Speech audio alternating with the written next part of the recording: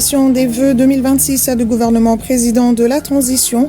À la salle de banquet de Koulouba, le Premier ministre Abdoulaye Maïga réaffirme l'engagement total de l'exécutif pour la paix, la stabilité et le bien-être des Maliens, tandis que le chef de l'État fixe la période 2026-2027 comme année de l'éducation et de la culture et trace un nouveau canevas de travail pour l'action gouvernementale.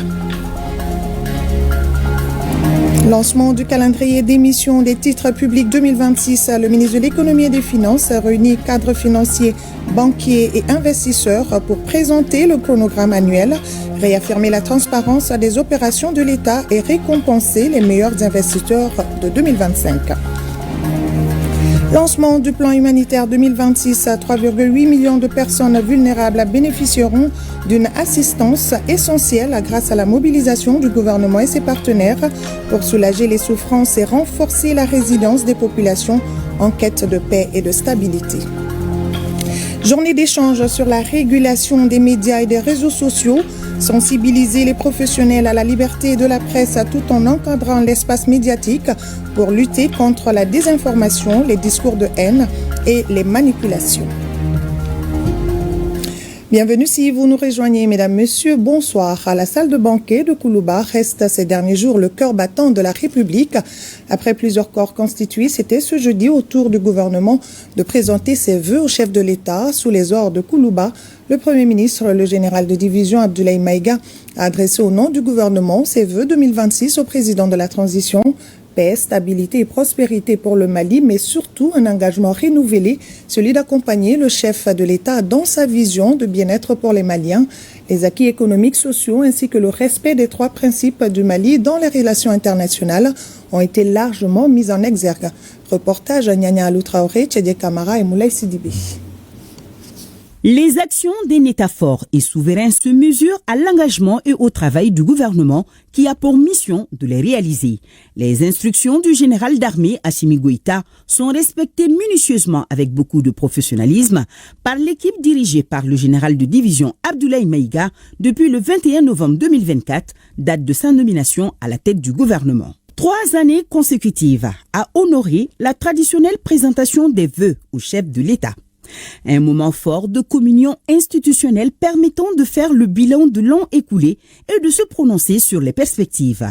Le chef d'orchestre des 28 départements ministériels se donne pour priorité de répondre aux besoins fondamentaux des Maliens comme décliné dans la lettre de cadrage du chef de l'État. La stabilité sociale et sécuritaire demeure le centre indispensable de la souveraineté d'un pays.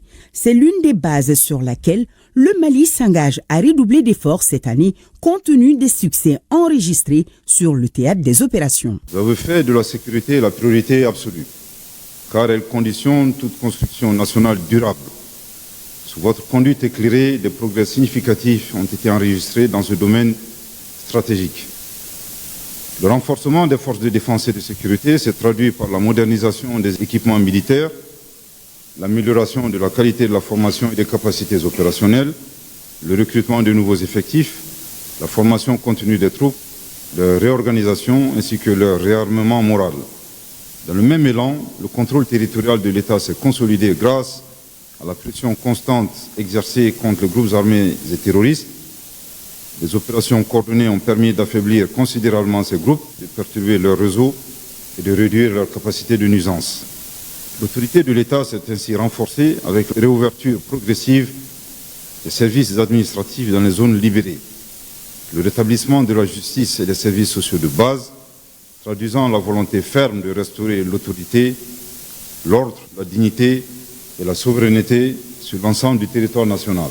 Grâce à l'ensemble de ces efforts, les populations ressentent davantage la présence protectrice de l'État et nourrissent un espoir renouvelé quant à la stabilisation durable et au redressement de notre pays.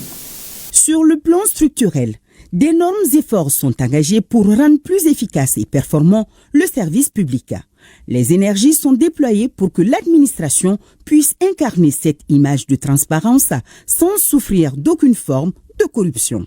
Sous votre impulsion, les actions de lutte contre la corruption ont ciblé la poursuite systématique des pratiques illégales, fragilisant l'État et le renforcement des structures de contrôle et d'audit. Le nouveau visage de la justice malienne résulte d'une ambitieuse réforme structurelle juridique et organisationnelle portée par la volonté de faire de l'institution judiciaire un pilier incontournable de la refondation de l'État. La lutte contre l'impunité progresse de manière significative, tandis que la corruption, la délinquance économique et financière et la cybercriminalité font désormais l'objet d'actions ciblées et efficaces.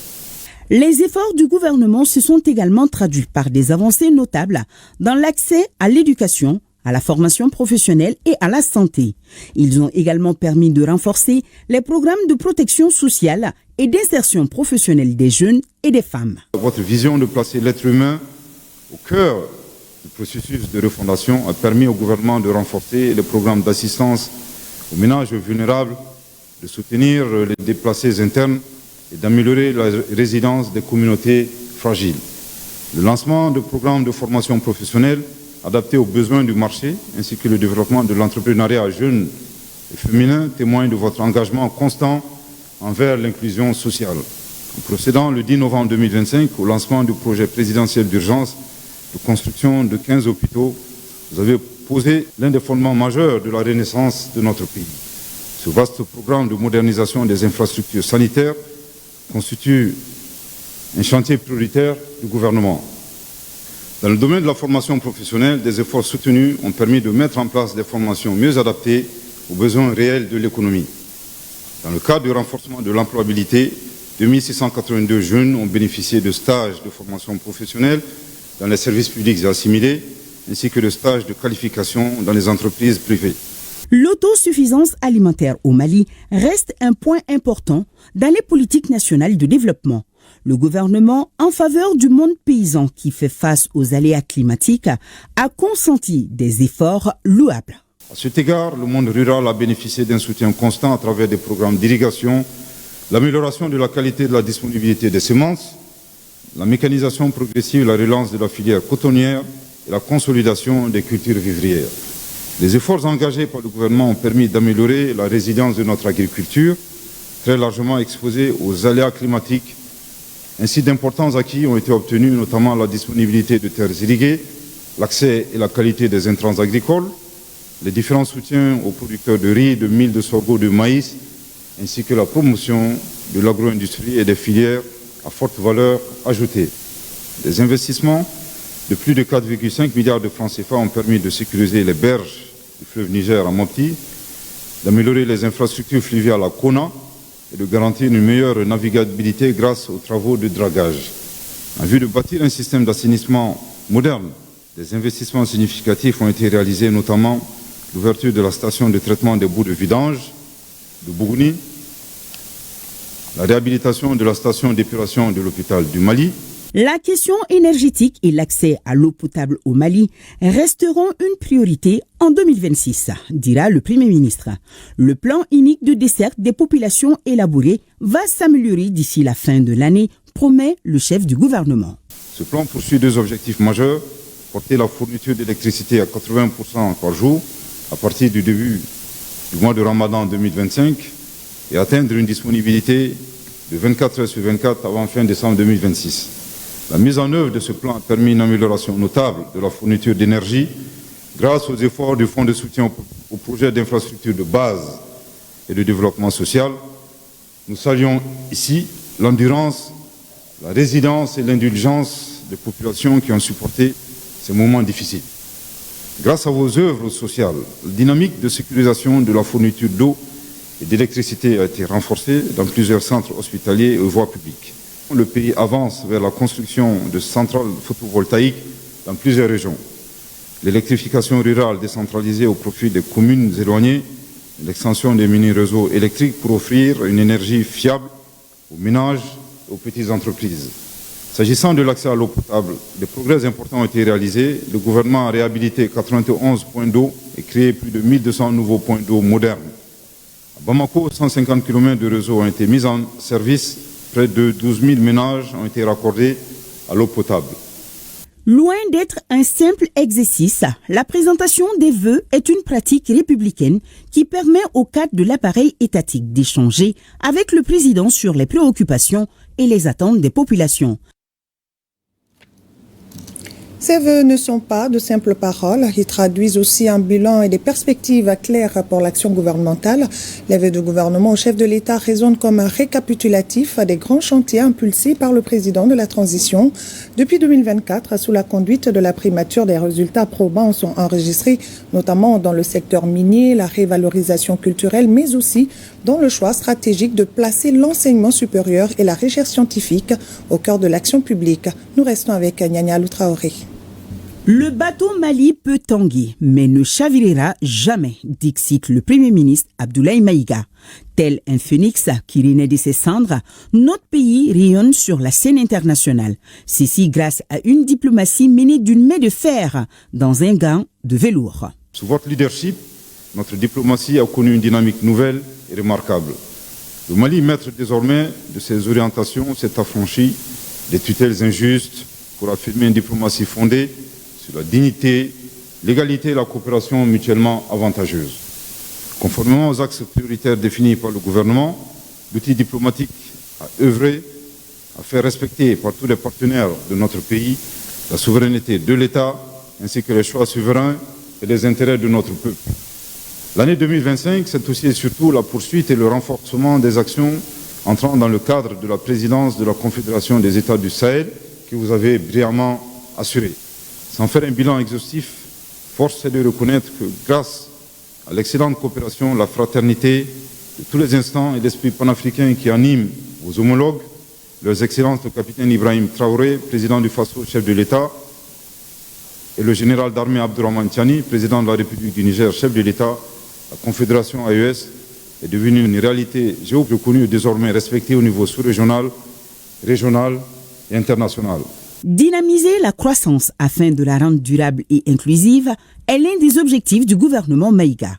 Le Premier ministre veut renforcer la compétitivité et améliorer les conditions de vie des populations telles que souhaitées par le chef de l'État. L'économie malienne a fait preuve d'une capacité d'adaptation remarquable malgré les contraintes sécuritaires et géopolitiques ainsi que les effets persistants des sanctions économiques et financières de la CEDEAO et de l'UEMOA. Malgré la conjugaison de multiples chocs, l'inflation au Mali a pu être contenue. L'utilisation rationnelle des ressources internes a permis d'assurer le financement des dépenses essentielles de l'État en l'absence de toute aide budgétaire.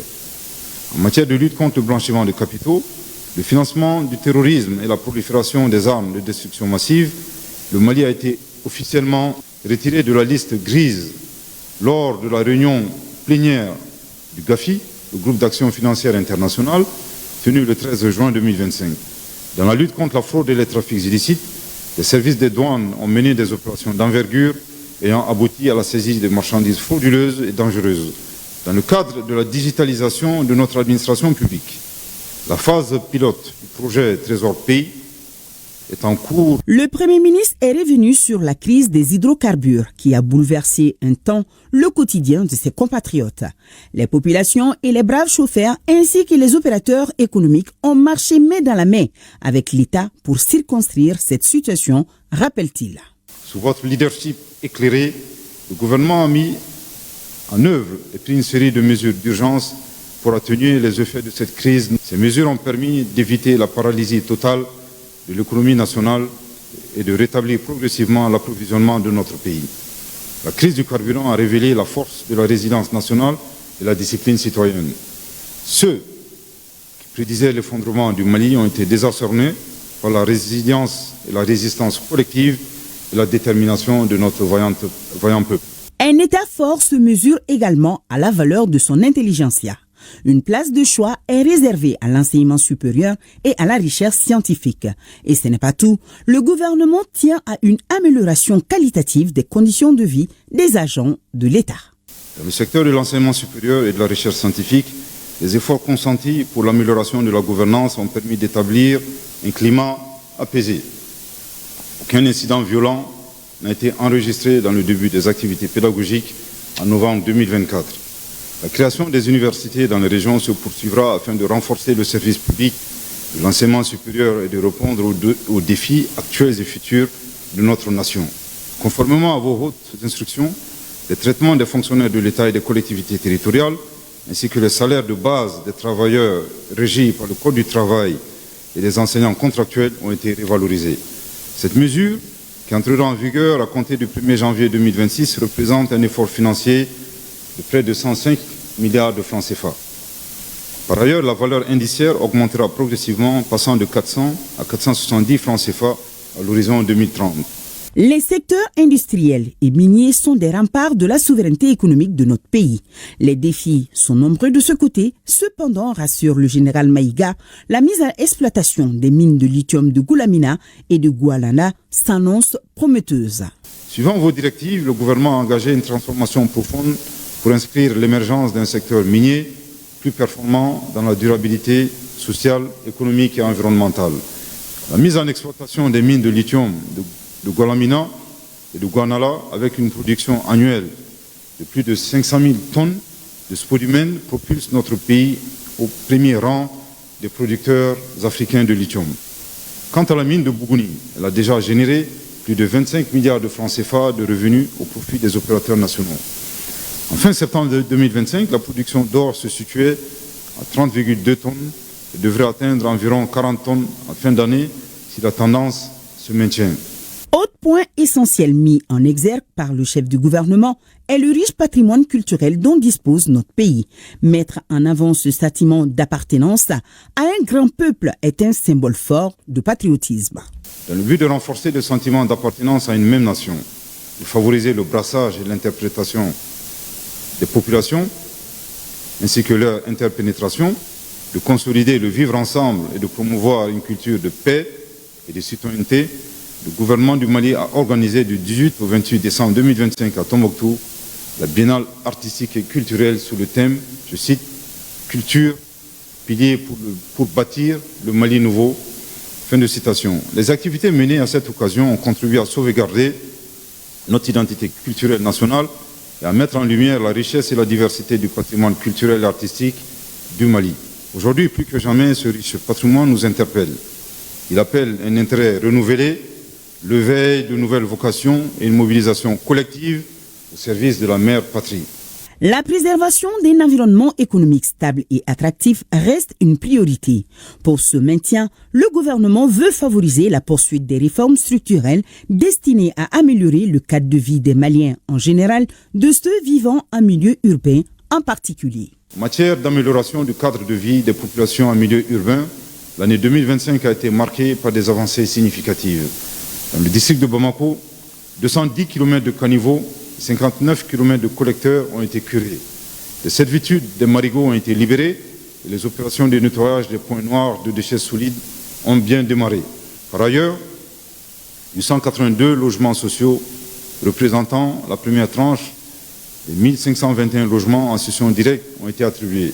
L'immatriculation de 429 hectares de réserves foncières pour la construction de futurs logements sociaux a également été lancée. Les perspectives s'articulent autour de l'extension de la décharge du district de Bamako, de l'attribution de 639 logements en cession directe, deuxième et troisième tranche, et de la consolidation de l'informatisation de la gestion foncière, notamment par l'intégration progressive des outils au système d'information sur les titres fonciers et immobiliers. Pour terminer ces propos, le Premier ministre a renouvelé l'engagement du gouvernement à poursuivre les grands chantiers de développement sous le leadership du chef de l'État, le général d'armée Assimi Goïta. Alaka ikisi, alaka jamana kisi, alaka la nyunu bela jere sabati, alaka shininkina la banko jmala kodi ambela jelema. Que Dieu exauce les prières. Et à ces vœux du gouvernement, le chef de l'État n'est pas resté silencieux. Il a répondu avec des orientations fortes pour l'avenir. La période 2026 à 2027 est désormais décrétée année de l'éducation et de la culture. En réponse aux vœux du gouvernement, le président de la transition a fixé un nouveau cap à l'équipe dirigée par Abdoulaye Maïga. Après une année 2025 marquée par d'importantes réformes de refondation, le chef de l'État appelle à renforcer davantage l'action publique, notamment en matière de sécurité, de diplomatie, de défense et de gouvernance.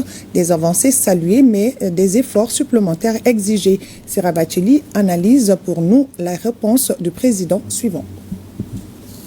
La gouvernance dans la transparence, un impératif pour le président Goïta, rappelé au gouvernement pour des actions concrètes dans un esprit de refondation.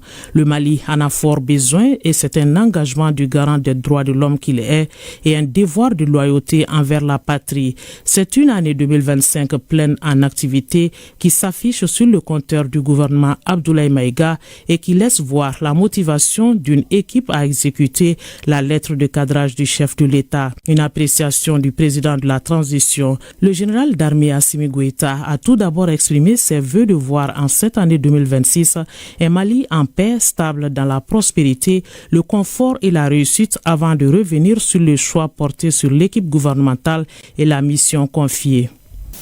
Monsieur le Premier ministre, votre nomination le 21 novembre 2024 répondait à une nécessité. Insuffler un nouvel élan à l'action gouvernementale dans un contexte exigeant où notre peuple attend des réponses concrètes et durables à ses préoccupations essentielles. Dans ma lettre de cadrage, je vous ai assigné des orientations claires, articulées autour des priorités fondamentales. Au-delà de la relance économique, notre ambition est plus grande. Une croissance qui ne soit pas seulement un simple indicateur, mais également une dynamique au service de l'équité, de la réduction des inégalités, de l'accès juste aux biens et services et de la protection des couches les plus vulnérables. Je tiens à saluer la mobilisation du gouvernement et l'engagement des départements à impulser une dynamique cohérente, plus orientée vers les résultats. La sécurité occupe la tête de liste des priorités du gouvernement. Pour le chef de l'État, la défense du territoire et la protection des personnes et des biens sont des obligations morales. Engagement donc à ne pas décevoir. Pas de place non plus à l'injustice avec une lutte farouche contre la corruption, la délinquance financière et autres atteintes aux biens de l'État. Les services commis à cette tâche vont sévir sans état d'âme. Notre vision en matière de sécurité est un pacte de confiance avec le peuple malien. Pacte fondé sur l'obligation régalienne de défendre le territoire, de protéger les populations et les intérêts vitaux de la nation. Les efforts soutenus dans l'acquisition d'équipements, la montée en puissance opérationnelle et la modernisation de la gestion des ressources humaines contribuent à la refondation de notre outil de défense. Je vous encourage à maintenir ce cap avec constance, méthode et rigueur. La lutte contre la corruption, la délinquance économique et financière et autres atteintes aux biens publics n'est plus une option. C'est une obligation morale envers les générations futures. Cette bataille, qui se traduit par notre attachement à la nation, consolide la justice sociale et renforce les bases d'une paix véritable. Le président Goïta a salué les efforts du gouvernement en faveur du développement rural avant de l'exhorter à mettre ce secteur au cœur de l'action. Son ambition à ce niveau, dit-il, est de structurer les chaînes de valeur en renforçant la transformation locale. Le maillon essentiel de la chaîne reste l'énergie, puisque tenant le cœur de l'économie, nombreux sont les secteurs qui tournent avec l'énergie. L'énergie est un maillon essentiel de l'activité économique et un facteur de stabilité sociale. Je salue l'application du gouvernement dans la mise en œuvre du plan de résolution de la crise, la diversification des sources, la remise à niveau des infrastructures et la modernisation du réseau doivent se poursuivre avec détermination. La question de l'eau mérite la même vigilance. Elle touche à la santé, à la dignité et à l'épanouissement des populations, surtout les plus vulnérables. J'invite le gouvernement à renforcer les actions engagées avec un souci constant d'équité territoriale. J'encourage la poursuite des formations adaptées aux besoins du marché de l'emploi. Outiller la jeunesse, c'est préparer le Mali de demain. Je salue l'action du département chargé de l'emploi et de la formation professionnelle et l'invite à intensifier les initiatives à impact concret. Satisfaction également au niveau de l'apaisement de l'espace scolaire et universitaire, ouvrant les portes d'un système éducatif plus stable. Le dialogue social doit être maintenu avec un accent sur le respect du pacte de stabilité sociale. Reconnaissance adressée donc aux organisations syndicales pour leur esprit de patriotisme. L'année de la culture a été l'occasion de mettre en évidence la place de nos valeurs sociétales indispensables au développement. Cette dynamique se poursuivra avec l'éducation greffée à la culture. Le chef de l'État a décrété la période 2026-2027, année de l'éducation et de la culture. L'année de la culture que nous venons de vivre a ravivé l'âme de la nation et conforté une évidence. Nous ne bâtirons le Mali Koura qu'en restant fidèles à nos valeurs, à notre identité et à notre génie propre. Car la culture demeure un socle permanent de notre cohésion et de notre souveraineté. Dans le prolongement de cet élan, et conformément à la vision de Mali Koura Nyatasira Kabe Samba Flan Biron Sabama, ainsi que la stratégie nationale pour l'émergence et le développement durable 2024-2033, je décrète la période 2026-2027, année de l'éducation et de la culture, afin d'engager un effort national déterminé pour refonder durablement notre école et investir dans le capital humain. J'en appelle à la mobilisation de tous, État, communauté éducative, collectivités, familles, secteur privé et partenaires pour faire de cette priorité un sentier d'unité, de discipline et d'avenir. Car le Mali de demain s'écrit dès aujourd'hui dans nos salles de classe, nos centres de formation et nos universités. La culture ne saurait autant être enfermée dans un calendrier, elle doit être portée par un engagement durable, car elle est une force de cohésion, de dignité et de souveraineté. J'engage donc le gouvernement à poursuivre et à intensifier la revitalisation culturelle afin de contribuer pleinement à l'avènement du Mali d'Inkoura. Le président Goïta prône l'anticipation pour faire face à la crise du carburant avec la réorganisation de la chaîne d'approvisionnement. Il dit acter les mesures du gouvernement en la matière. La crise du carburant, alimentée par des manœuvres de déstabilisation économique destinées à éprouver la résistance de notre nation, nous impose de renforcer durablement notre capacité d'anticipation afin qu'aucune circonstance, même exceptionnelle, ne puisse entraver la continuité de la vie nationale. J'y prends acte des dispositions engagées par le gouvernement pour consolider de manière progressive et sécuriser un dispositif national de réserve et de stockage. Dans cette perspective, j'invite à poursuivre avec méthode, rigueur, la réorganisation de la chaîne d'approvisionnement et le renforcement des capacités logistiques. Un autre pilier de l'économie malienne, le secteur minier qui a connu des réformes pour plus de rentabilité pour les caisses de l'État. Le chef de l'État invite à une gestion plus rigoureuse de ce secteur très important avec la valorisation locale pour plus de retombées pour les populations. C'est en somme une adresse de reconnaissance pour services rendus à la nation, d'encouragement de l'équipe gouvernementale et à la fois une invite à accélérer les points saillants de l'action publique dans une logique d'exécution de la prévision présidentielle pour cette année 2026.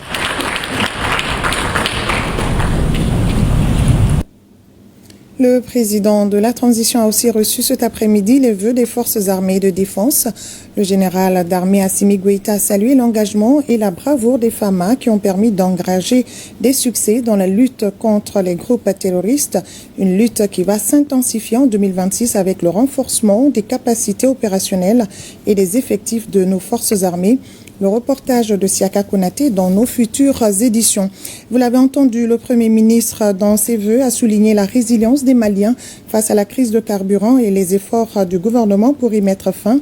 À cet effet, le Sigma, en collaboration avec l'ORTM, a réalisé un film que vous pourrez suivre après ce journal. Mais en fin de cette édition, vous aurez un avant-goût de ce film.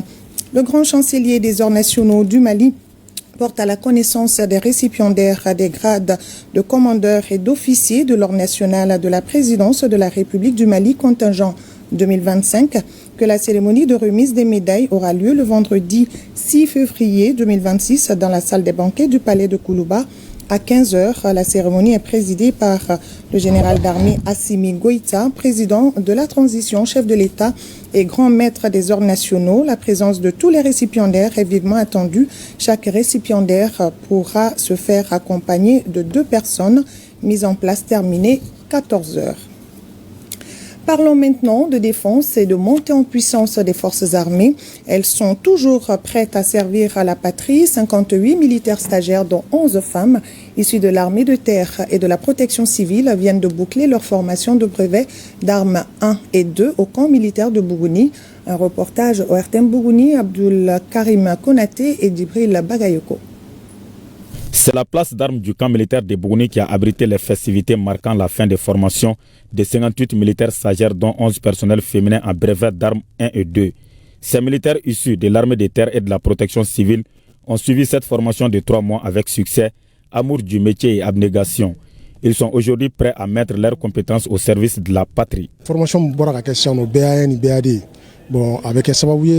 Cette formation en BA1 et 2 me permet de commander les engins lourds sur le théâtre d'opération.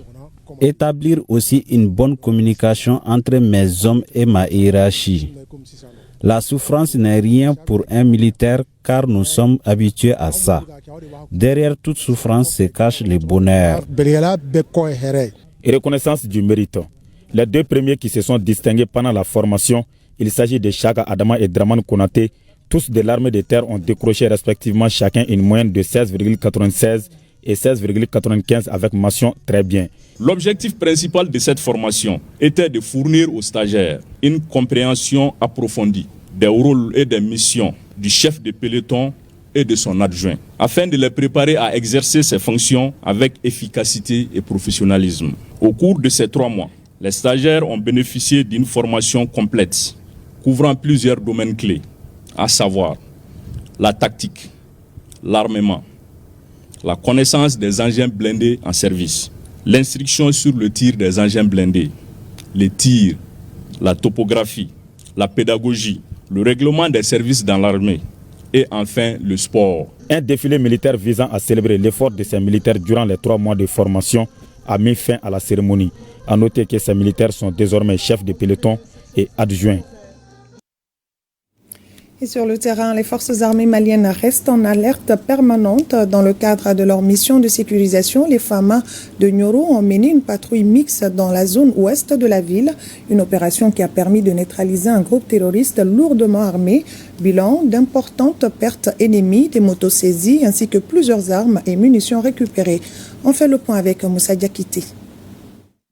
Au cours de cette opération qui a duré 3 heures de temps, les FAMA ont infligé une lourde perte à l'ennemi. Dans le cadre de la poursuite des actions de sécurisation de la population et leurs biens, la KRF du 42e régiment et déclaré d'investigation a mené des missions de reconnaissance sur les axes. Des dizaines de terroristes ont été neutralisés, de motos, dont une équipée de l'arme 12,7 mm et aussi MPM, et finir par des effets personnels ont été récupérés sur le terrain. Cette réussite découle de l'engagement, le dévouement et surtout la détermination des FDS afin de pouvoir desserrer le taux sur la ville et taper sur l'ennemi. Le commandant d'armes appelle à la vigilance et invite les populations à avoir confiance à leur armée.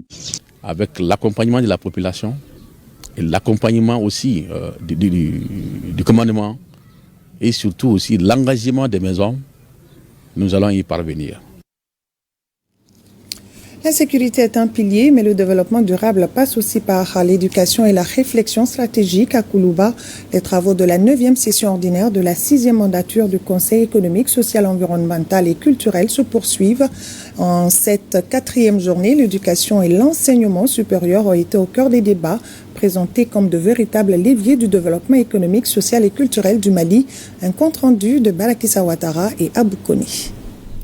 Entre innovation technologique et héritage culturel, le Mali cherche sa voie. Pour le Conseil économique, social, environnemental et culturel, la clé réside dans une synergie inédite. Faire de l'école et de la culture les binômes indissociables de la croissance de demain. Pour cette 4e journée des travaux, les experts du département de l'enseignement supérieur planchent sur 2 sous-thèmes. Le rôle de l'enseignement supérieur pour faire de la culture et de l'éducation un levier de développement économique, social et culturel du Mali et l'utilisation des résultats de la recherche scientifique et technologique comme levier de développement de l'éducation et de la culture au Mali. Ces thématiques nous invitent à une réflexion approfondie sur la capacité de notre système d'enseignement supérieur et des recherches à produire des connaissances utiles, à valoriser les résultats scientifiques et technologiques et à assurer leur transfert effectif vers les secteurs de l'éducation, de la culture et de l'économie nationale. Sans une école de qualité, adaptée aux réalités maliennes et ouverte sur le monde, sans une recherche scientifique appliquée et souveraine, nous ne pourrons ni former les cadres dont notre économie a besoin, ni innover pour relever les défis de la souveraineté alimentaire, énergétique, sanitaire et technologique. Mais ces 2 domaines fortement entrelacés sont aussi des défis majeurs dans un pays qui se caractérise par la jeunesse de sa population. L'éducation nationale, quant à elle, doit renforcer son rôle dans la promotion de l'inclusion sociale, la valorisation des langues nationales et officielles, ainsi que la modernisation du système éducatif. À l'instar de l'enseignement supérieur et de la recherche scientifique, l'éducation nationale se trouve aujourd'hui interpellée par la nécessité de mieux répondre aux attentes de la société, aux exigences du marché du travail et aux ambitions de développement du Mali. Nul dans cette salle n'ignore que notre système éducatif est confronté à des difficultés. Elles ont pour nom ces difficultés: inégalité d'accès à l'école, qualité encore insuffisante des apprentissages, inadéquation entre formation et emploi, conditions d'apprentissage précaires dans certaines régions et écoles non fonctionnelles. Au cours de la session, le président Yacouba Katile a annoncé la décision du président de la transition à faire de l'année 2026 celle de l'éducation et de la culture. Les thématiques débattues devront aboutir à des recommandations concrètes qui permettront de faire de la culture et de l'éducation de véritables accélérateurs d'une émergence et d'un développement durable dans notre pays. Et quand on parle de développement, la place des femmes dans les instances décisionnelles reste essentielle. Le réseau des femmes africaines ministres et parlementaires du Mali a réuni une 60aine de femmes conseillères venues de Sikasso, Mopti, Ségou et du district de Bamako. Objectif: partager les expériences, évaluer les besoins, renforcer les capacités des femmes élues locales en tenant compte des réalités du terrain. Reportage à Fantamama Nientao. Cette rencontre d'échange avec les femmes conseillères de Sikasso, de Mopti, de Ségou plus le district de Bamako vise à renforcer les capacités des femmes conseillères afin qu'elles puissent exercer pleinement leur mandat, influencer les processus décisionnels et contribuer efficacement au développement local. En organisant cette session, le REFAMP vise de façon globale à évaluer les besoins de renforcement des capacités des femmes conseillères, partager des expériences et capitaliser les bonnes pratiques sur les rôles et responsabilités des femmes conseillères. Spécifiquement, il s'agira d'identifier et d'analyser les besoins prioritaires, un renforcement des capacités des femmes conseillères en tenant compte de leurs réalités locales et des défis liés à l'exercice de leur mandat. Le gouvernement du Mali est engagé depuis plusieurs années dans une vaste réforme de la gestion administrative et territoriale. La décentralisation constitue un élément essentiel de la réforme de l'État qui contribue à l'ancrage de pratiques démocratiques au plus près des citoyens en synergie avec l'amélioration des services rendus aux populations. C'est dans ce cadre que le réseau des femmes africaines, ministres et parlementaires REFAMPE, dans la continuité du programme Émerge, poursuit son engagement en faveur du leadership féminin et de la gouvernance inclusive. Je vous réitère l'engagement du ministère de l'Administration territoriale et de la décentralisation à accompagner les initiatives créatrices de richesse, d'emploi et à encourager la promotion d'un développement local durable dans les territoires en vue de mieux contribuer à l'amélioration des conditions de vie des populations. Notons que cette session de partage d'expériences permet aux femmes conseillères de consolider leurs compétences, de renforcer leur confiance et de favoriser un apprentissage collectif tout en créant une scène de solidarité entre elles. Autre levier de développement, la mobilisation des ressources financières. Le calendrier d'émission des titres publics pour l'année 2026 a été officiellement lancé ce matin. La cérémonie a rassemblé investisseurs, banquiers et acteurs financiers autour d'un objectif commun, financer le développement national dans la transparence. Des prix ont également récompensé les meilleurs investisseurs de 2025. Un reportage de Alousseni Touré. Le monde de la finance malienne s'est donné rendez-vous ce matin. Objectif: découvrir la feuille de route du Trésor public pour l'exercice 2026. Entre banques, établissements financiers et opérateurs économiques, le GOTA du secteur a répondu présent à cet appel crucial pour l'économie nationale. Pour le directeur général du Trésor et de la comptabilité publique, le marché financier n'est plus une option, mais le principal moteur de notre économie. Siaka Samake a profité de l'occasion pour dévoiler le montant ambitieux que l'État compte mobiliser cette année pour financer ses projets structurants. Au titre de l'année 2025, pour la couverture de ses besoins de financement, l'État du Mali, à travers le Trésor public, a mobilisé un montant total de 1193 milliards de francs CFA sur le marché financier régional. Ce résultat a été atteint à travers 34 émissions, dont 32 par adjudication et 2 par appel public à l'épargne. Toutefois, Monsieur le ministre, le Trésor public réitère toujours son appel, un appel à l'ensemble des investisseurs pour une participation encore plus accrue aux émissions de titres publics du Mali. L'État du Mali doit mobiliser sur le marché en 2026 un montant total de 1450 milliards de francs CFA. Monsieur le ministre, distingués invités, il me plaît de rappeler que ce niveau d'endettement reste soutenable parce qu'il est conforme à la stratégie d'endettement de l'État du Mali. Il préserve également la viabilité de la dette publique parce qu'avec ces émissions, nous projetons un encours de la dette publique à 43% du PIB à fin 2026, bien en deçà de la norme communautaire de 70%.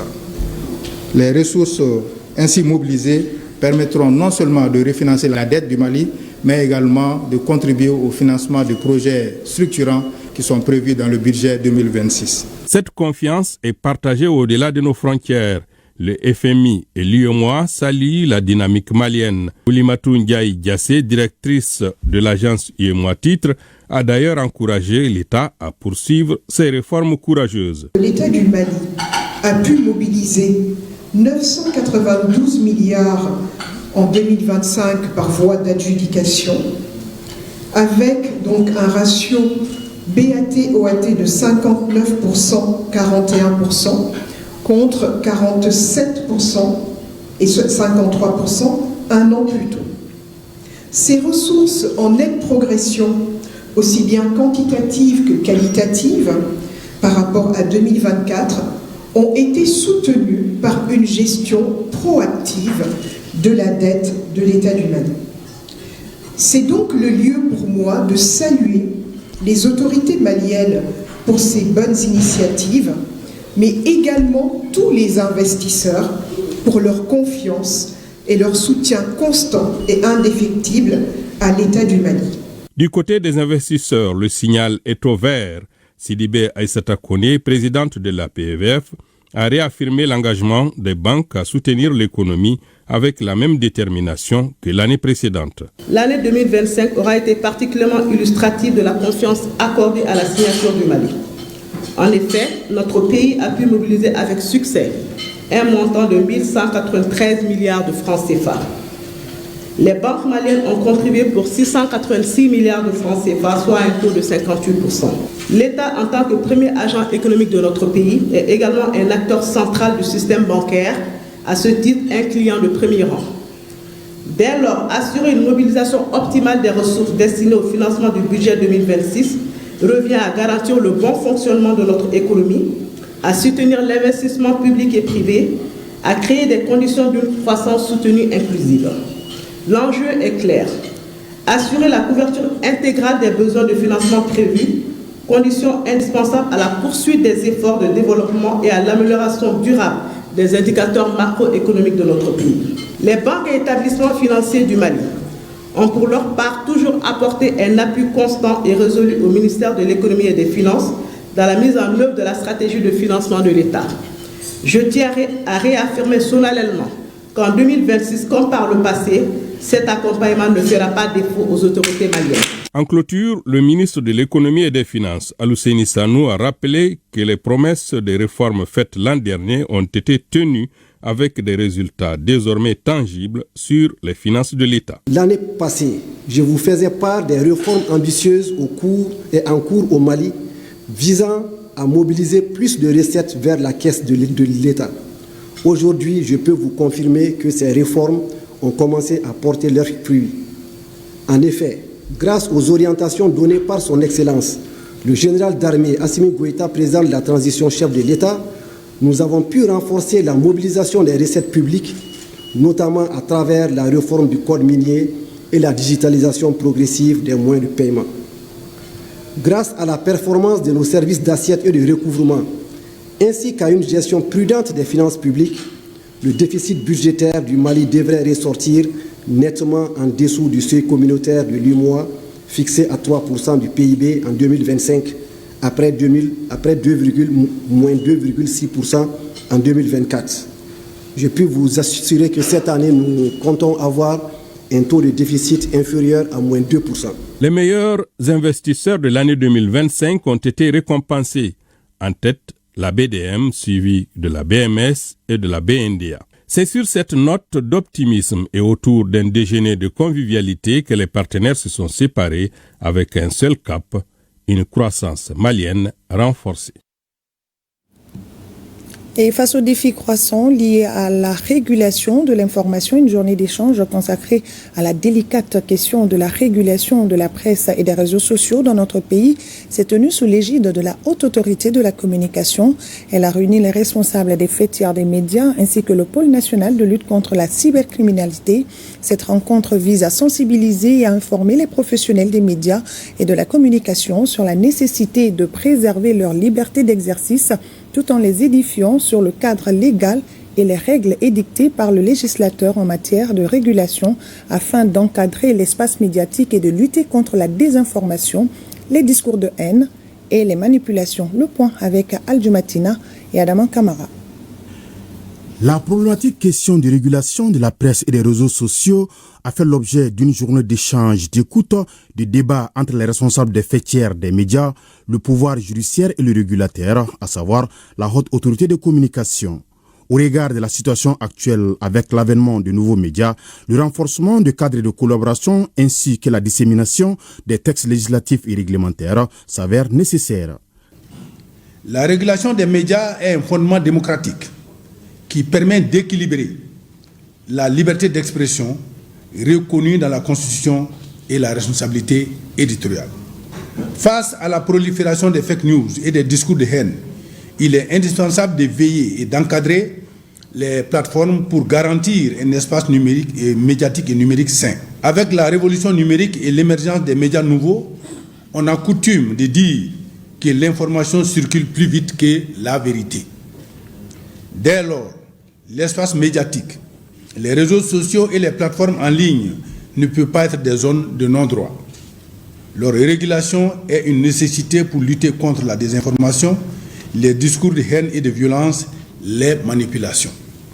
Cet atelier qui s'inscrit dans la dynamique de la recherche de solutions aux différents problèmes que nous connaissons aujourd'hui. Problèmes qui sont en rapport avec les difficultés de régulation d'un secteur extrêmement compliqué, problèmes qui sont également en rapport avec un cadre juridique national, parfois en contradiction avec la loi spécifique sur la presse. Quand de telles situations se présentent dans un pays en transition, le bon sens, l'écoute et la compréhension mutuelle doivent nous permettre d'innover des solutions. Aussi bien la haute autorité de la communication, les fêtières que le pôle de lutte contre la cybercriminalité travaillons en réalité de synergie et avons les mêmes objectifs et les mêmes ambitions, donc se retrouver, échanger par rapport aux compétences et aux liens de collaboration qui peuvent exister entre nos différentes entités ne peut qu'être quelque chose à saluer en réalité. Le pôle national de lutte contre la cybercriminalité se réjouit de ce cadre d'échange qui permettra aux acteurs de l'écosystème des médias de comprendre davantage ce que le législateur dit comme règle à respecter à la matière. Aux yeux de la loi, on a une compétence quand même qui porte sur un certain nombre de textes, notamment la loi de 2000 sur la presse, la loi de 2019 sur la cybercriminalité, on a l'ordonnance de 2011 sur les technologies de l'information et de la communication, on a l'ordonnance de 2013 sur les données à caractère personnel. Donc vous voyez que nous avons un champ de compétences assez élargi et donc expliquer tous ces aspects, essayer d'aller en tout cas dans des détails qui peuvent permettre à des professionnels que sont les journalistes de comprendre un tout petit peu le champ d'action du pôle. Et donc mes attentes, c'est qu'à la sortie, chacun ait eu le maximum d'informations à relayer, aussi bien du cadre de collaboration qui peut exister entre le pôle et ses fêtières et aussi la haute autorité de la communication, mais également nos compétences, notre champ d'action, nos pouvoirs et également les limites qui sont les nôtres. Initiée par la haute autorité de communication, la journée entend permettre également de trouver une solution à l'arrêt momentané de la délivrance de la carte de presse. La carte de presse est une carte d'identité professionnelle essentielle qui certifie le statut de journaliste professionnel et donne en plus d'autres avantages tels que l'accès aux lieux d'information, la facilitation des accréditations. Or, depuis un bon moment, la commission d'attribution de la carte de presse ne siège pas et la délivrance de cette pièce est interrompue.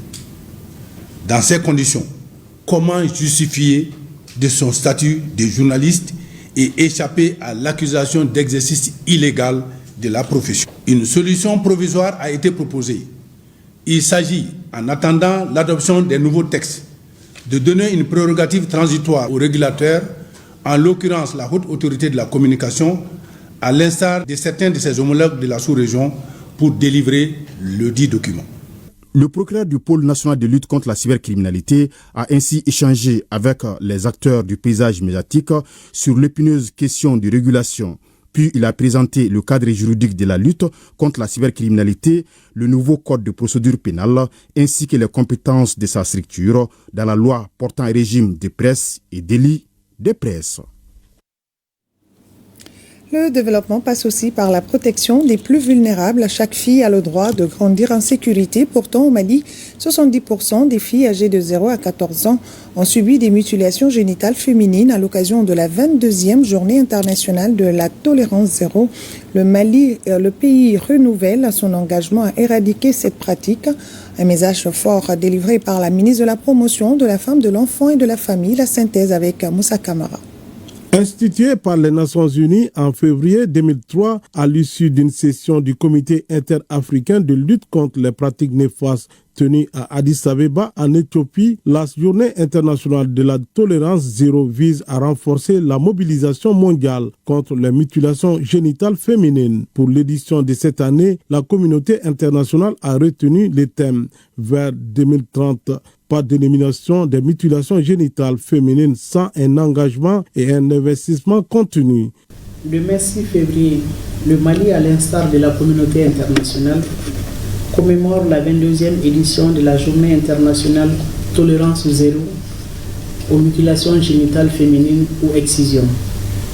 Au plan national, la journée est commémorée sous le thème Rôle et responsabilité des autorités et légitimité traditionnelle du Mali face aux enjeux de l'abandon des mutilations génitales féminines ou excision. L'objectif visé est de contribuer à l'abandon de la pratique des mutilations génitales féminines ou excision par les communautés en renforçant l'implication et l'engagement des décideurs et des autorités et légitimités traditionnelles. Les statistiques sur les mutilations génitales féminines au Mali restent alarmantes. Face à cette réalité, la ministre appelle à une mobilisation collective pour y mettre fin définitivement. Avec 89% des femmes de 15 à 49 ans et 70% des filles de moins de 14 ans qui en sont victimes, les souffrances sanitaires, psychologiques et sociales, parfois mortelles, engendrées par cette pratique compromettent les efforts consentis par les plus hautes autorités et les partenaires en matière de protection des droits humains, de la dignité et du bien-être des femmes et des filles. La cérémonie officielle de lancement des activités commémoratives aura lieu le vendredi 6 février au Centre international de conférences de Bamako, dans les régions et cercles. Les activités sont placées sous le leadership des autorités administratives et politiques. Mettre fin aux mutilations génitales féminines, c'est protéger la dignité, la santé et l'avenir du Mali. La ministre de la Promotion de la Femme, de l'Enfant et de la Famille informe l'opinion nationale que la cérémonie officielle de la commémoration de la Journée internationale du 6 février, Tolérance zéro aux mutilations génitales féminines excision, dont le démarrage dans le programme était initialement prévu le vendredi 6 février 2026 à 9h au Centre international de conférences de Bamako, est décalé à 15h. Dans le même esprit de solidarité, 3,8 millions de personnes bénéficieront d'une assistance humanitaire cette année. Le gouvernement et ses partenaires ont lancé à cet effet le plan de réponse humanitaire 2026, une initiative destinée à soulager les souffrances d'une population résiliente en quête de paix et de stabilité. Un reportage de Awa Ditma Kamara. Face à l'urgence, le gouvernement et ses partenaires adoptent une posture rigoureuse et efficace afin d'atténuer les souffrances des populations. Le plan de réponse humanitaire 2026 devra permettre d'apporter assistance à près de 4 millions de personnes en situation de vulnérabilité contre 1,8 million en 2025. Un objectif ambitieux qui mobilisera l'ensemble des énergies. 2026 consiste à beaucoup plus bâtir sur ce que nous avons fait en 2025, à renforcer notre partenariat avec les différents bailleurs de fonds pour pouvoir mobiliser plus de ressources, parce que nous espérons qu'avec plus de ressources, nous allons pouvoir atteindre plus de personnes qui ont besoin de l'assistance humanitaire. Et le point qui nous tient beaucoup à cœur, c'est de créer la passerelle entre l'humanitaire et le développement, de nous focaliser davantage sur des réponses humanitaires qui vont vers des solutions durables. Ce plan s'inscrit en droite ligne de la vision des autorités de la transition, celle de soutenir une population résiliente. Le gouvernement du Mali reste absolument engagé à venir en aide aux personnes les plus vulnérables, notamment les personnes déplacées internes, les réfugiés des pays voisins et les retournés ou rapatriés maliens. Pour ce faire, toutes les mesures seront prises pour restaurer la paix et faciliter le retour de tous les déplacés internes dans leur localité d'origine. Aussi, la réponse à la crise climatique est une priorité qui appelle à des actions de préparation et de mitigation visant à réduire les effets sur les populations et à bâtir des institutions plus résilientes. Cette rencontre a aussi permis de faire une évaluation du plan de réponse humanitaire de 2025. Une année de rudes épreuves avec son corollaire de déplacements internes, nés des conflits, des changements climatiques et des urgences sanitaires. Toutes choses qui ont donné du fil à retordre au gouvernement et ses partenaires. 2025, malgré un contexte difficile, un accès humanitaire de plus en plus contraint et un financement insuffisant, L'action collective des partenaires est en effet permis d'apporter une assistance vitale à 1,8 million de personnes au Mali. Toutefois, les défis restent immenses. Aujourd'hui encore, plus de 415 000 personnes sont déplacées. L'année 2026 s'annonce donc comme celle de l'espoir pour des millions de personnes qui espèrent la fin d'une crise aux conséquences incalculables. En tout cas, c'est la volonté affichée des autorités de la transition et leurs partenaires. Et cette solidarité se traduit aussi par des actions concrètes sur le terrain. Bonne nouvelle pour 500 ménages déplacés internes et hautes vulnérables des cercles de Tomia et Fangasso dans la région de San. Chaque ménage a reçu un transfert monétaire de 60 000 francs CFA dans le cadre du projet GEFO. Drissa Koné pour le reportage. Après une année 2025 riche en actions humanitaires, pas question de s'arrêter pour le consortium Adra Afad quand les défis persistent. Ces humanitaires viennent de débourser 31 404 000 francs CFA au bénéfice de 500 ménages dont 195 déplacés internes et 395 hautes vulnérables. 1500 ménages avaient été quelques mois auparavant assistés, mais les besoins demeurent. Et nous avons fait encore une analyse, une étude qui nous a permis d'identifier 500 ménages qui sont dans des besoins pressants que nous avons décidé d'assister avec un cash transfert de 60 000 francs par ménage. Ça c'est important parce que là-dedans on a eu 60 000 francs pour acheter du riz et du maïs de Fonio pour nourrir nos enfants et toute la famille parce que nous sommes des déplacés. Ce transfert monétaire, une réponse sociale efficace et adaptée, va permettre à coup sûr de renforcer l'économie locale.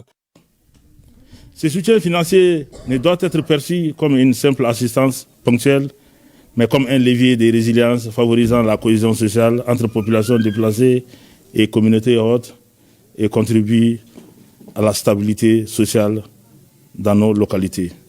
L'activité entre dans le cadre du projet GEFO intitulé « Renforcement des acteurs humanitaires locaux » en tant que premier répondant dans 5 communes des cercles de Tominia et Fangasso. Rappelons que le GEFO bénéficie de l'appui financier du ministère fédéral allemand des Affaires étrangères. Cap maintenant sur les infrastructures, autre moteur essentiel du développement. Les travaux de la route de Koulikoro ont bel et bien repris. Une délégation du ministère des Transports et des Infrastructures s'est rendue ce matin sur le chantier pour constater l'avancement des travaux désormais exécutés à 25%. Une reprise saluée par les populations riveraines conscientes de l'importance stratégique de cette route. Reportage Youssouf Diakité et Abdraman Doka Traoré. Le ministère des Transports et des Infrastructures, à travers la Direction générale des routes, est sur le terrain pour constater l'effectivité du redémarrage des travaux, et c'est le cas. Le chantier d'aménagement du tronçon urbain de la route nationale numéro 27 Bamako-Koulikoro couvre une longueur d'environ 10 km, débutant au carrefour du Grand Hôtel pour se terminer au rond-point du laboratoire central vétérinaire de Sotuba. Cet axe est réaménagé en 2 fois 3 voies pour moderniser le réseau. Ce redémarrage est donc un ouf de soulagement pour le département des transports. Les travaux avaient été arrêtés à un certain moment. C'était à cause d'un problème de carburant que tout le pays a connu. Mais ces derniers temps, nos autorités, notamment le ministère des Transports en tête, le ministère de la Sécurité, le ministère de la Défense, le ministère de l'Industrie, du Commerce et des Finances, ont mis en place une stratégie pour approvisionner les chantiers. Donc les travaux ont repris. Souvent les gens sont étonnés en se disant que la route ça fait 9 km, ça va durer 3 ans. Mais techniquement, ça a une justification. D'abord, on travaille en ville. Travailler en ville, ce n'est pas facile en matière de travaux génie civil. Ça, c'est un. Il y a une deuxième considération, c'est qu'on travaille sous trafic. La route va passer de 2 voies à 2 fois 3 voies sur les 9 km. Donc, cela va nécessiter beaucoup de désagréments. D'abord, il va falloir déplacer des réseaux qui sont dans la chaussée. Il y a des réseaux d'eau, il y a des réseaux d'électricité, il y a le courant, il y a les téléphones, il y a les fibres optiques, il y a les SMTD, il y a beaucoup de choses. Donc ça c'est... Et il faut travailler avec tous ces partenaires-là pour ne pas endommager leurs installations. Pour mémoire, ces travaux ont été lancés le mardi 16 juillet 2024. Ces infrastructures routières, disent-ils, qui soutiennent le développement économique, social et culturel sont vitales pour le Mali, en raison notamment de sa continentalité, précise-t-on. Ce projet d'infrastructure routière entre dans le cadre des actions visant la refondation de l'État et aussi à répondre aux besoins spécifiques et légitimes des Maliens. Là où nous sommes en train d'apporter de la terre. Ça, c'est le terrassement général. Donc, devant et à gauche, on est en train de démolir certaines concessions et c'est les mêmes tâches qui continuent devant.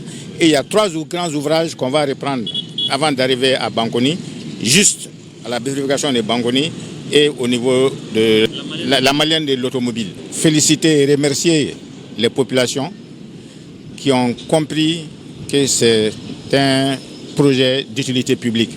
C'est pourquoi les autorités restent déterminées et mobilisées pour la satisfaction totale des aspirations du peuple malien.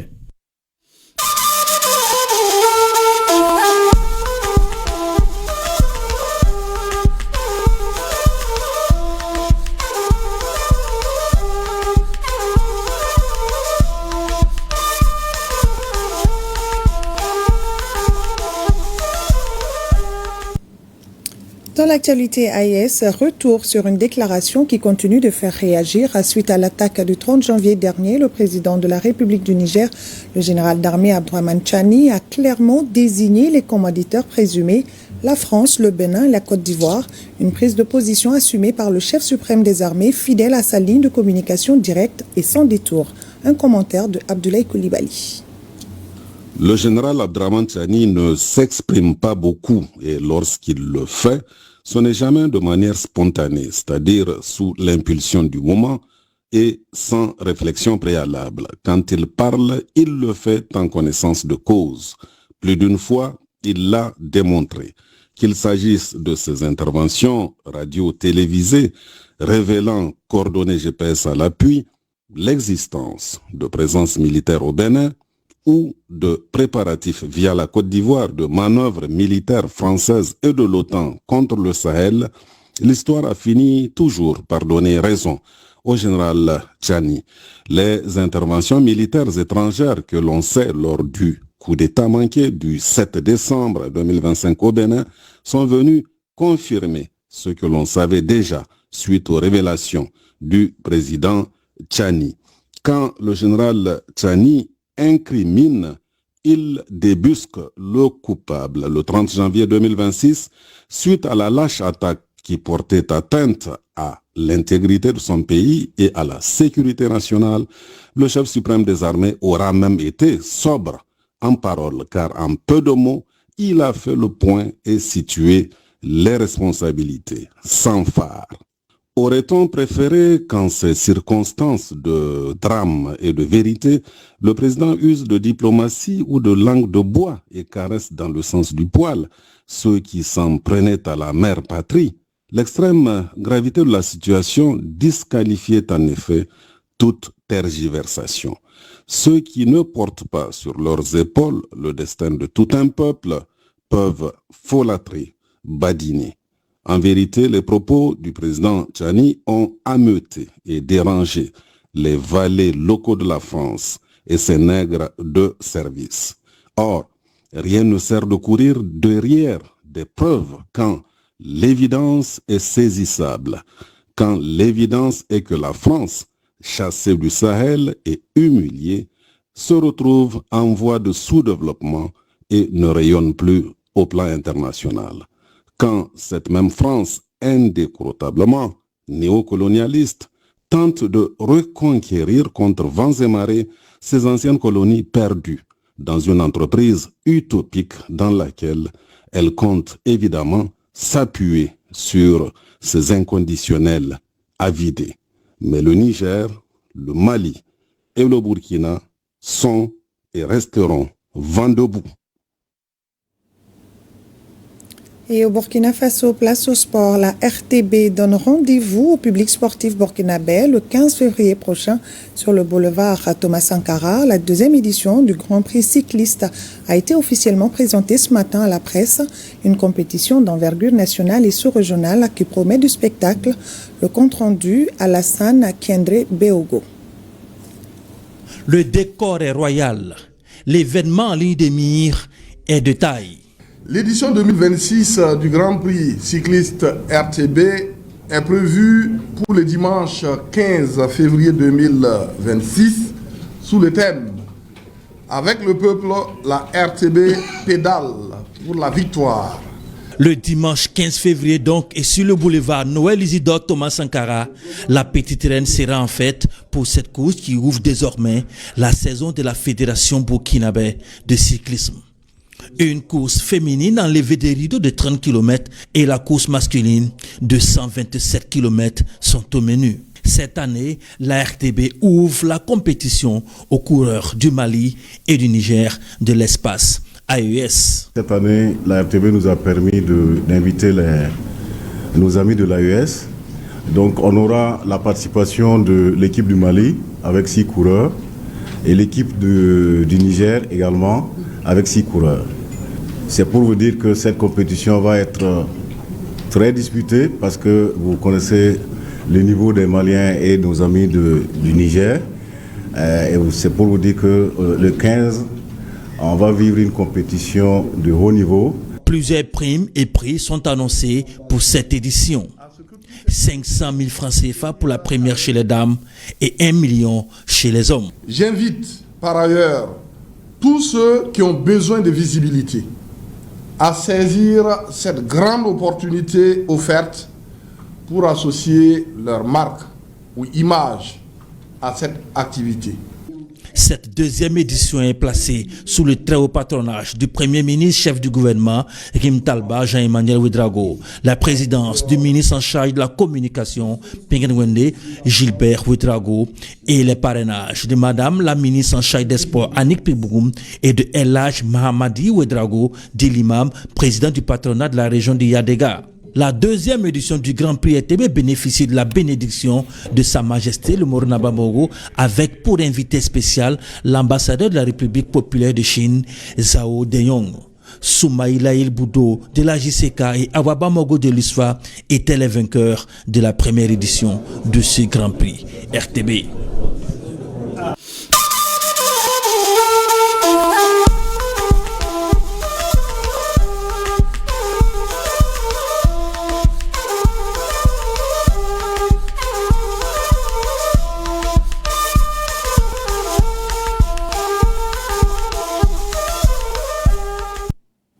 La troisième édition de la semaine du numérique s'est achevée le week-end dernier sur une série de recommandations. L'événement initié par le ministère en charge du numérique a pour objectif de créer un cadre de réflexion autour des questions liées au secteur. Au-delà de la dimension nationale, la semaine du numérique s'inscrit dans une dynamique régionale portée par l'Alliance des États du Sahel. Quels sont les enjeux de la participation des autres pays membres de la Confédération? La réponse de Abdul Kader Ki, directeur national de l'économie numérique, répond aux questions de Yaya Konaté dans l'invité de la semaine. Je vous propose de suivre un extrait de cet entretien. Il faut déjà comprendre la volonté politique, la dynamique qui est là, que ces trois pays-là forment un bloc. Donc, de ce fait, nous ne pouvons pas en solo évoluer dans un secteur sans associer les autres. Donc il est très important qu'il y ait cette synchronisation du mode opératoire dans ces trois pays-là. Donc l'enjeu majeur, c'est déjà de comprendre qu'on marche ensemble. Donc pour cela, il va falloir à un moment donné mutualiser les ressources. Donc la mutualisation des ressources, d'abord, donc toutes les ressources, comprenez par là, que ce soit les infrastructures, que ce soit même le capital humain, même un fonds par exemple commun, dédiées au secteur des TIC, pourquoi pas. Par exemple, on a mis en place la Banque confédérale aujourd'hui. Peut-être que cette banque peut être un instrument de financement des différents chantiers TIC de ces 3 pays-là. Des infrastructures en commun? Des infrastructures en commun, pourquoi pas. Donc, mais des infrastructures peut-être qui vont garder des aspects nationaux, mais interconnectés. Par exemple, le Mali va faire son maillage territorial, mais avec une interconnexion avec les autres pays aussi, vice-versa. Donc, il faut déjà qu'on puisse être dans cette dynamique. Donc, tout mutualiser, que ce soit les infrastructures, que ce soit même les structures de gouvernance. Donc, il y a une sorte de coordination régionale, sous-régionale à ce niveau-là, et même les finances aussi pour que les différents projets puissent être des projets cohérents avec des résultats pour l'ensemble de la zone AES, pas seulement pour un pays ou l'autre. Voilà l'invité de la semaine à suivre après ce journal. Face à la crise du carburant, le gouvernement du Mali a déployé d'importants efforts pour soulager les populations et garantir la continuité de l'approvisionnement. Grâce à ces actions déterminantes, les stations-service sont aujourd'hui suffisamment ravitaillées sur l'ensemble du territoire. Ce soir, le Centre d'information gouvernementale du Mali, SIGMA, en collaboration avec l'ORTM, vous propose un film retraçant cette période exceptionnelle marquée par des décisions fortes, la détermination des FAMA, l'engagement patriotique des pétroliers et des chauffeurs, une communication responsable et transparente face à la cabale médiatique, ainsi que la résistance et la résilience exemplaire du peuple malien. Suivons ensemble un extrait de ce film.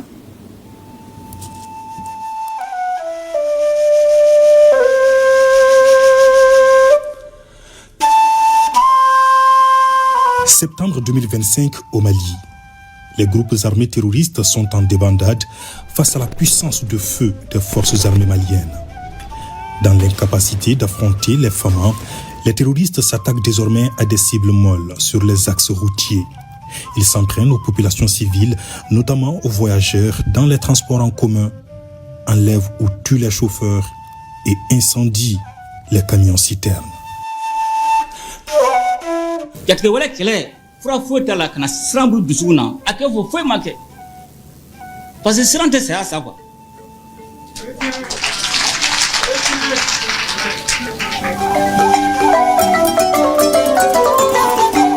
Ces actes barbares et lâches sont vite amplifiés par les médias français avec un narratif élaboré pour la circonstance, une véritable cabale médiatique orchestrée contre le Mali. Bamako, le Mali, au Mali, Bamako, et Bamako, au Mali, au Mali, au Mali, au Mali, le Mali, c'est le Mali, au Mali, Bamako, le Mali. C'est une pression qui ne cesse de s'accroître. Au Mali, Bamako subit toujours un important blocus djihadiste sur les importations de carburant. Le Mali est victime de cette désinformation aujourd'hui par sa nature, par ce que ce pays a comme histoire, comme géographie, et ce que ce pays pèse en termes de géopolitique et de géostratégie.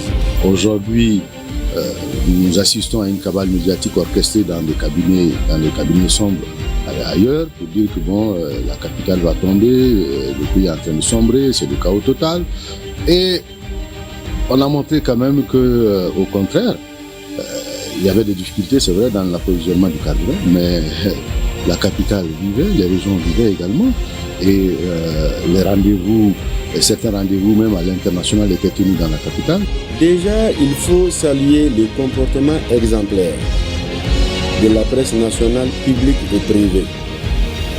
Il faut saluer le comportement exemplaire de tous les acteurs, y compris les acteurs des médias sociaux, les influenceurs, les intellectuels, tout le monde. Un acharnement médiatique contre le pays, c'était sans compter sur la résistance et la résilience du peuple malien, ainsi que sur l'engagement et la détermination des FAMA et du gouvernement, avec à sa tête le général de division Abdoulaye Maïga. Le carburant que nous recevons actuellement, ce n'est pas que du simple carburant, c'est du sang humain. Pour la simple raison que les conditions dans lesquelles ce carburant est escorté, les personnes qui les escortent, je pense ici en particulier aux chauffeurs des camions citernes, sont des conditions extrêmement périlleuses. La crise du carburant, défi relevé par le gouvernement, un film qui salue l'esprit de résilience du peuple malien à ne pas manquer ce soir après ce journal. Nos grands-pères disaient « Le feu qui devait me consumer m'a appris à brûler plus fort. Face à l'épreuve, le Mali n'a pas cédé, au contraire, il s'est renforcé. » Voilà, vous l'aurez compris. C'est la fin de cette édition. Merci à vous de l'avoir suivi. Bonne fin de soirée à tous.